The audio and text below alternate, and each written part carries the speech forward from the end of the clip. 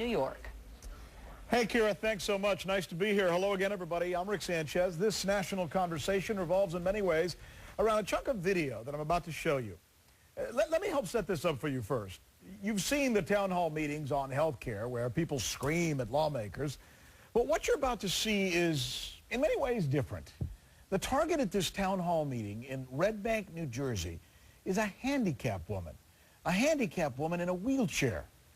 She told the audience that she was worried about having to choose between having her meds and her home.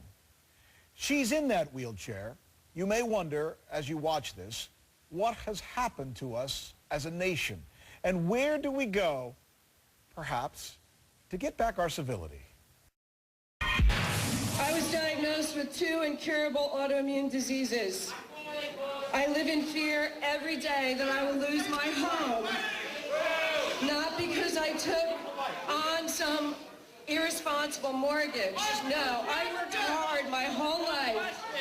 The copay for one of my medications is $389 every 2 weeks.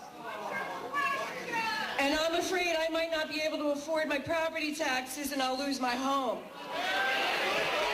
Please hear this voice of the disabled.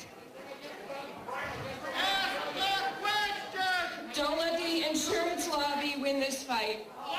I'm not here to hear everybody's opinion. I want to find out from... Well, she's a handicapped woman in a wheelchair who's threatened to lose her. She's afraid of losing her health. I don't know how a handicapped woman in a chair has more rights than I do. Rudy Ruiz is the founder of Red, Brown, and Blue.com. He's written a blog that asks Americans to open their minds. Rudy, thanks for being with us. Thank you, Rick. When you say open our minds, it almost sounds like you're saying that Americans are stupid. Are we?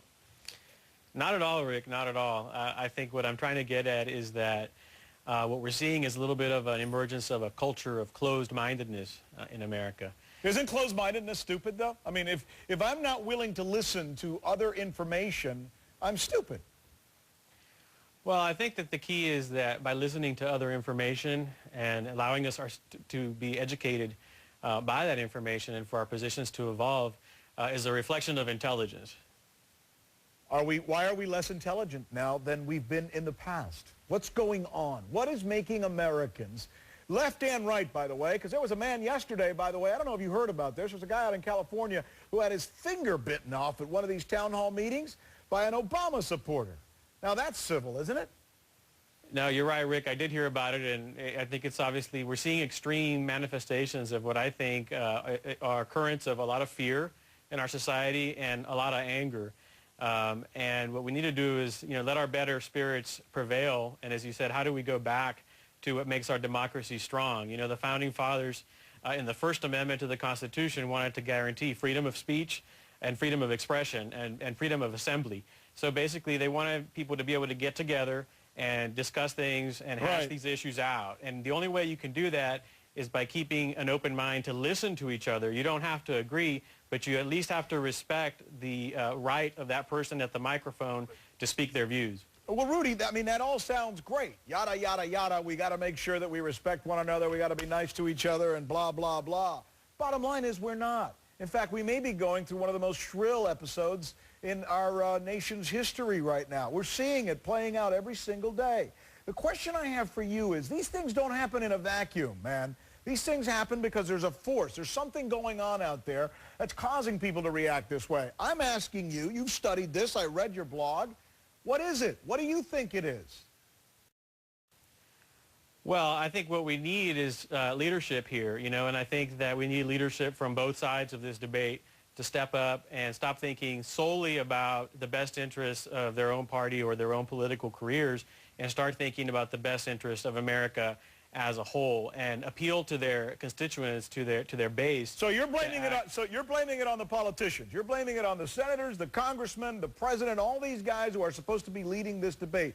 You think they're not giving the public the information that makes it possible for the public then to be knowledgeable and civil? I'm not necessarily blaming them. I'm just saying I think there's an opportunity for them right now to change the tone of the debate. And You're copping out, man. You're copping out. Come on. You know, we're never going to solve the problem we have if all we do is talk about how lovely the weather is outside. There are problems here. What are the problems?